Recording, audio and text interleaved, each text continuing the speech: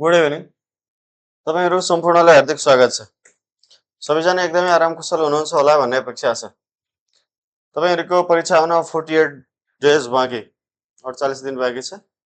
48 दिन बाँकी रहेको हुँदा तपाईँको प्रिपरेसन चाहिँ एकदमै राम्रो तरिकाले अगाडि बढेको होला भन्ने अपेक्षा छ।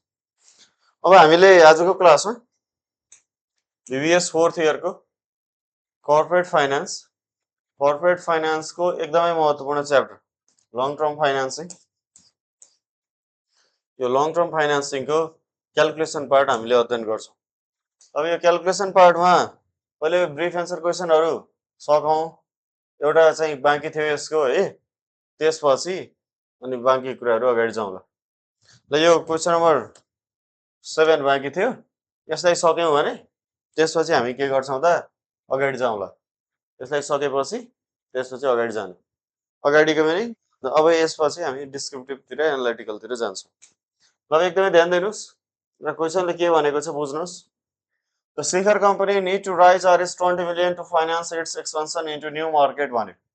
20 million चाहिँ के भइरहेछ त, उसले राइज गर्न खोजिरहेको छ बजारमा आफू विस्तार हुनको लागि, बजारमा आफूलाई विस्तार गर्नको लागि उसले चाहिँ 20 मिलियन पैसा चाहिँ 2 करोड पैसा के गरिरहेछ त राइज गर्न खोजिरहेको छ।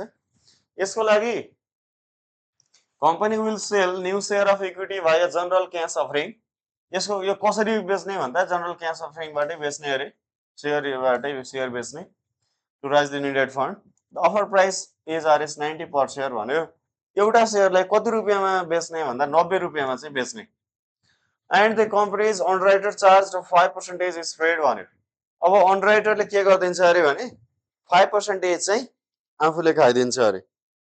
कुरा कस्तो हो भने तपाईले 90 रुपियाँको 1 लिटर दुध ल्याउन पठाउनु भयो आफ्नो बच्चालाई चाहिँ पसलमा, त्यो दिँदै गर्दा 90 रुपियाँको कुरा छ नि,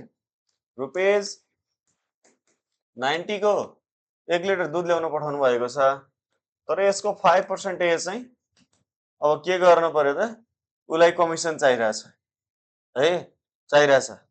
या तपाईले चाहिँ 90 रुपियाँ दिनु भएको छ, 5% यसको 5% तिमीले खानु, बचेको दुध ल्याउनु भन्नुभयो भनेपछि यसको 5% भनेको ₹4.50 छ नि, यति रुपियाँ चाहिँ कमिसन खाने भए जसले यो काम गर्दैन हुन् उनले, र तपाईको हातबाट 90 रुपैयाँ गएको छ। तर खासमा त्यो जे चीज हो नि त्यसलाई चाहिँ कति रुपियाँ पर्यो भन्दाखेरि त्यसलाई त 90 बाट 4.5 घटाइसकेपछि हुने पैसा ₹85.5 मात्रै पर्यो। अब कुरा बुझ्न, 85.5 मात्रै पर्यो। अब यसरी यो स्टकको कुरा के हो भने शेयर छ नि, शेयर इस्यु भएको छ केही रुपियाँमा, अर्थात् 90 रुपियाँमा बेच्ने भनिएको छ। अब 90 रुपियाँमा त बेच्ने हो, तर यहाँनिर अन्डरराइटरले यो बेच्दिए बापत एउटा शेयरबाट 4.5 रुपियाँ खान्छ भनेपछि अब हाम्रो हातमा आउँदा या मेरो यो कुरा छ 90 मा बेच्दै भनेर हामीले दियौं, ल म त्यो बेच्दिन्छु तर 4.5 रुपियाँ मलाई दिनुपर्छ भनिसकेपछि हाम्रो हातमा आइपुग्दा त्यो एउटा वस्तु बेचेको, एउटा शेयर बेचेको पैसा 85.50 मात्रै हाम्रो हातमा आइपुग्छ। कुरा बुझ्नुभयो नि, यति पैसा मात्रै हाम्रो हातमा आइपुग्छ। ल अब कुरा बुझ्नुभयो।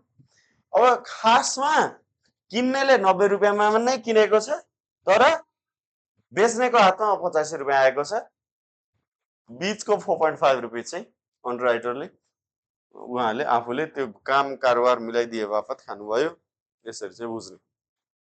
अब यो म अन्डरराइटरलाई दिँदैन भने पनि हुन्छ, तर अन्डरराइटरलाई दिनुपर्छ, किनभने अन्डरराइटरलाई दिएपछि ल अन्डरराइटरलाई दिएपछि के हुन्छ त भन्दा ल ठिक छ अन्डरराइटरलाई दिइयो, अब चाहिँ ढुक्क हुने भयो, विभिन्न खालको प्रक्रियागत कामहरू गर्ने भयो अन्डरराइटरले।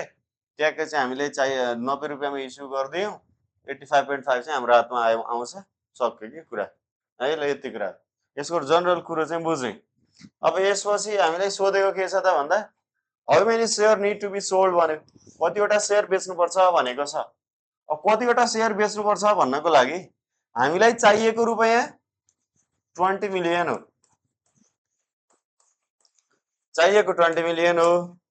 अब एउटा सेयर बेचेर हामीले कति रुपियाँ पाउँछौँ र मलाई भन्नुहोस्। 90 पाउँछौँ भन्नाले ए भन्ने, 85.50 पाउँछौँ भन्नाले बी भन्ने। केही पनि नबोल्नेहरू क्लास छोडेर जाने, केही पनि नबोल्नेहरू क्लास छोडेर भाग्ने।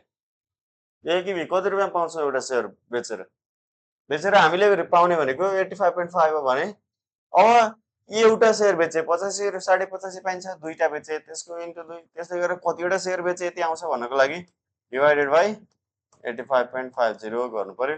यो गर्दा जति आउँछ यतिवटा सेयरहरू बेच्ने। ल यो गर्नुहोस् कति आउँछ, यतिवटा सेयरहरू बेच्ने हो। कति आउँदो रहेछ, कति आयो?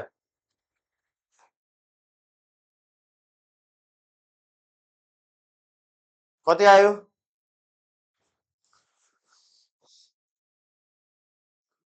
233918। ल 233918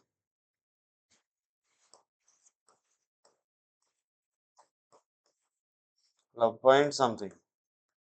ल यतिवटा सेयर यदि हामीले बेच्यौँ भने हामीले चाहिँ 20 मिलियन फन्ड आउँदो रहेछ भन्ने कुरा बुझ्ने हो।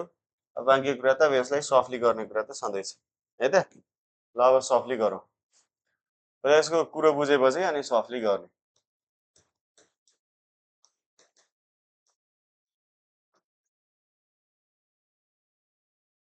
ल अब यसको सोलुसन गरौँ।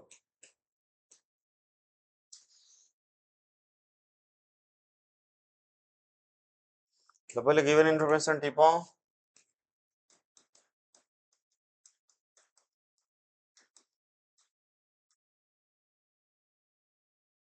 गिभन इन्फर्मेसनमा अफरिङ प्राइस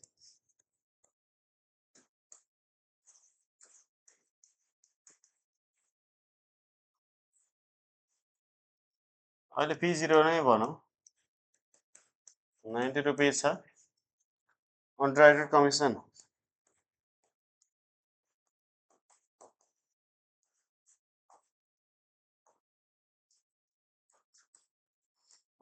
कमिसन चाहिँ 5% अफ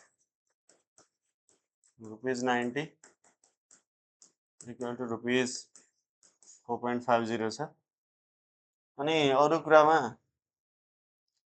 अब नेट प्राइस कति भयो त ल हेर्नुहोस्। नेट प्रोसिड भन्न सक्छौँ एनपी। अब एनपी भनेको खासमा 90 रुपियाँ हामीबाट लयो,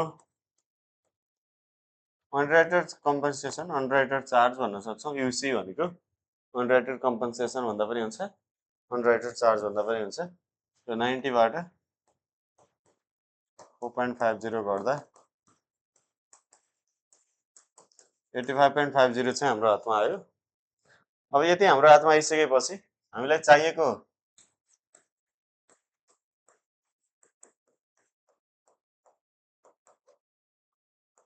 अमाउन्ट निडेड ₹20 मिलियन हो। Number of share to be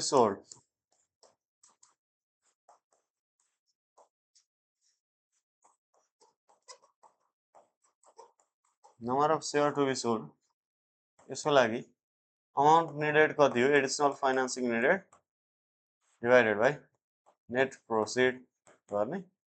चाहिने हो 20 मिलियन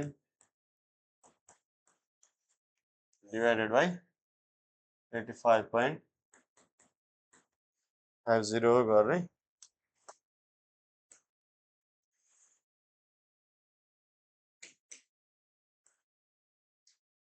अब यो गर्दा यहाँनिर एन्सर कति आयो? अघि तपाईँले भन्नुभएको छ 233918 पोइन्ट के कति हो है। अब यसलाई चाहिँ हामीले के गर्ने भने राउन्डिङ गर्न 919 सेयर्स भन्नु। अनि यो त अगाडि 18 थियो भने 18 नै लेखे हुँदैन भन्ने लाग्ला। 18 लेख्न पाइँदैन है। किन 18 लेख्न पाइँदैन भने किन पाइँदैन कसैले जान्नु मन छ किन पाइँदैन भनेर? जान्नु मन छ भने भनौँ, नत्र अर्को गरौँ। छ जान्नु मन? अब यस्तो हुन्छ कि तपाईँहरू 11 जनालाई मिलेर 100 रुपियाँ उठाउनु पर्नेछ भने एकजनाले कति कति रुपियाँ उठाउनु पर्छ भन्दा ल हेर्नुहोस् त यहाँ आरएस कति आउँछ 100 डिभाइडेड बाइ 11 गर्दा कति आयो भन्नुहोस् 11 जना हुनुहुन्छ जम्मा जम्मी सबैबाट चाहिँ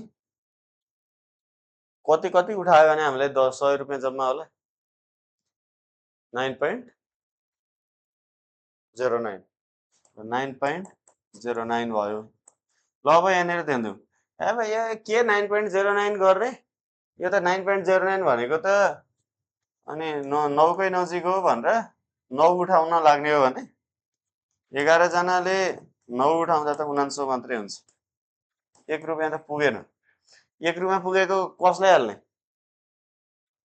1 रुपियाँ पुगेको नपुगेको कसले हाल्ने तपाईले हाल्ने भने अरूले नहाल्ने तपाईले मात्रै जस्तै यहाँ त 1 रुपियाँ भयो 1 मिलियन भयो भने अनि 1 मिलियन त्यसै तपाईले हाल्नुहुन्छ र 1 पैसा पनि फ्रीमा खर्च गर्ने हैन भनेको फ्रीमा अनावश्यक रूपमा हामीले कसैलाई दिँदैनौँ अनावश्यक पाइँदा भने पाइँदैन त्यसो भए अब यस्तो केसमा के गर्ने भने यो अब 9 छोड्दिउँ बरु 10 10 उठाउँ भन्ने हो अनि त्यो भएर यो 9 यसरी नगरेर is equal near to equal to भनेर 10 गरिदिनु अनि यो सबैले अब 10 10 उठाउँदाखेरि यहाँ एकजनाले मात्रै 1 रुपियाँ बढी उठाउनु पर्ने कि अब सबैले 10 10 उठाउँ 11 जनाले 10 10 उठायो भने 110 हुन्छ चाहिएको 100 हो के रे अब 110 मा 100 भनेपछि 10 रुपियाँ बच्यो त्यो बचेकोलाई के अरू युज गरौँ हैन ल यही कुरा हो त्यो भएर हामीले राउन्डिङ गर्दा रुपैयाँको कुरा छ भने त अब त्यो भन्नु छुट्टै हो जस्तो स्टक बेचेर कतिवटा सेयर बेच्नुपर्छ भन्दा हामीलाई त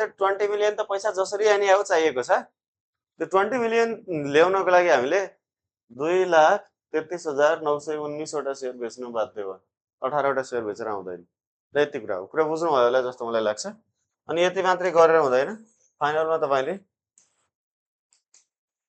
अब required number of since required number of shares to be sold to finance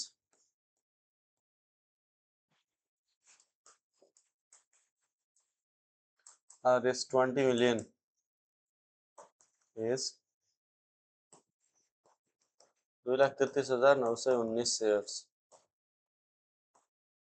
ल यति भन्नुस् बस अनि यहाँ टिक लगाएर तपाईले 2 मा 2 दिनु है मन लाग्छ मलाई मात्रै हैन जसले चेक गर्यो उसलाई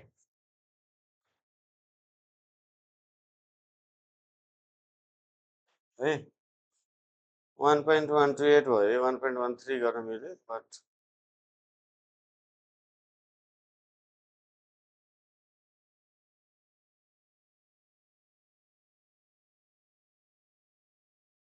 हैन त्यो रुपैयाँको नाइ त्यो त ठीक छ समझे जस्तो यो कुरा मा क्लियर हुने रुपैयाँको कुरा र अरु कुरा फरक छ जस्तो युनिटको कुरा र रुपैयाँको कुरा फरक छ अब हामीले सामान्य पनि के भन्न सक्छौं भने हामीले सामान्य के जस्तो अब यो ल ठीक छ त अब यो आलु किन्यौ आलु किनिसकेपछि के भन्न सक्छौं भने त ठीक छ त अब आलुको मूल्य चाहिँ 2376 भएछ 2375 लग्नुस् न भन्न सक्छौं त्यसमा टेन्सन छैन तर अब हामीलाई 100 रुपैयाँ चाहिएको छ अनि एक एक्जाम्पल हेर्नुस् अब 11 जनाले उठाउँदै गर्दा 9.09 मात्रै भएको थियो त्यो 0.09 त के मतलब भएर छोड्दिउँ भन्ने भने उता 1 रुपैयाँ पुग्दैन त्यो नपुगेको पैसा तपाईले हाल्ने हो त 1 रुपैयाँ त हाल्नु होला तपाईले 1000 भयो भने 1 लाख भयो भने 1 करोड भयो भने हाल्नुहुन्छ त अनि युनिटको कुरा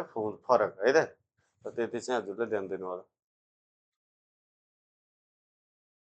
ल अब अरुकोमा जाउँ अब यो चाहिँ हाम्रो ब्रिफ एन्सर क्वेशनको पार्ट सकियो अब ब्रिफ एन्सर क्वेशन पछि अब हामी डिस्क्रिप्टिभ र एनालिटिकल एन्सर क्वेशनमा जान्छौं तपाईहरुले एनालिटिकल एन्सर क्वेशनमा जानु अगाडि अब आज भन्दा पहिला धेरैवटा क्लासमा हामीले मजाले छलफल गरेको छौं तपाईले आज भन्दा पहिलेको हाम्रो कम्तीमा पनि 6-7 वटा भिडियोहरु होला त्यसै सबैलाई तपाईले वन बाइ वन हेर्ने काम चाहिँ गर्नु पर्यो अनि एउटा दुईटा यहाँनिर लङ क्वेशन गर्यो भने सकिन्छ अरु यहाँ धेरै टेन्सन लिनु पर्दैन है त आफै पनि मोबाइल एप्लिकेसनमा कोर्स कम्प्लिट भिडियोहरु त छँदैछ त्यो त हजुरले आफूले जति बेला पनि हेरेर अध्ययन गर्न सक्नुहुन्छ मैले हिजो पनि भनिसकेको छु एपबाट भिडियो हेरेर अध्ययन गर्ने काम चाहिँ तपाईले गर्ने म एउटा क्वेसन यस्तो गर्छु जुन क्वेसनले सबै कुरा समेटेको होस्।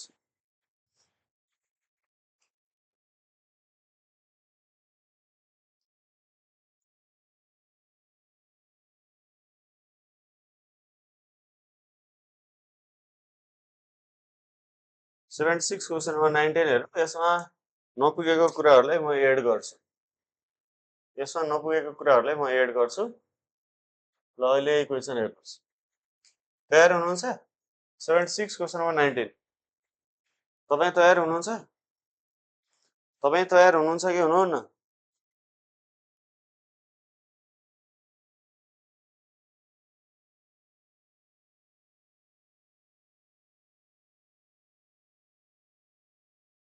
ल अब यो क्वेसन सल्भ गर्छौँ।